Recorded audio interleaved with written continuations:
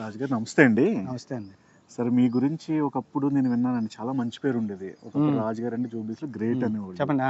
So నాకు ఈ రోజున కొంచెం మీ మీద కొంచెం చెడ్డ పేరు వినిపిస్తుంది సార్. నాకు చాలా బాధగా ఉంది. ఆ విషయం విన్నాక నాకు కొంచెం చాలా కాదు, బాధేస్తుంది. మొత్తం ఎక్కడ చూడండి వీడియోలో అన్నిట్లో నా పేరు వస్తుంది, చెడ్డ పేరే. ప్రతి ఒక్కరిదే చెడ్డ పేరు ఉంది. కారణం ఏంటంటే అప్పుడు ఉన్నప్పుడు ఓకే.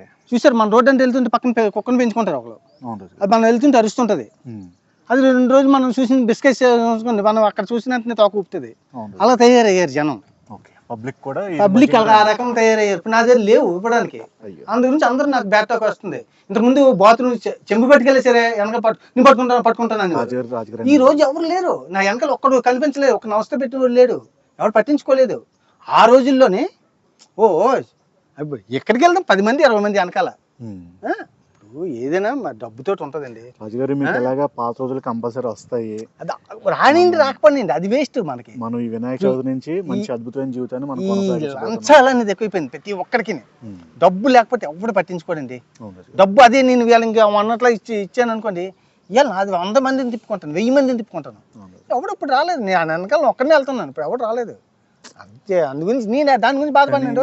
ఒకప్పుడు ఇది మిమ్మల్ని ఒకందుకు మంచిదే. కానీ నాకు మిమ్మల్ని అడుగుదాం నేను వచ్చానండి ఈరోజు ఈ విషయాన్ని.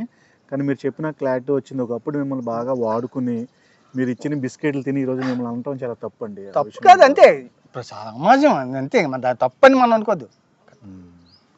తప్పని మనం ఏదైనా ఒక మంచి విషయం తెలుసుకున్నామండి. ఓకే, మన జూబ్లీస్ ప్రసాద్ రాజు గారితో ఓకే సార్. ముఖాముఖి. థ్యాంక్ యూ అండి.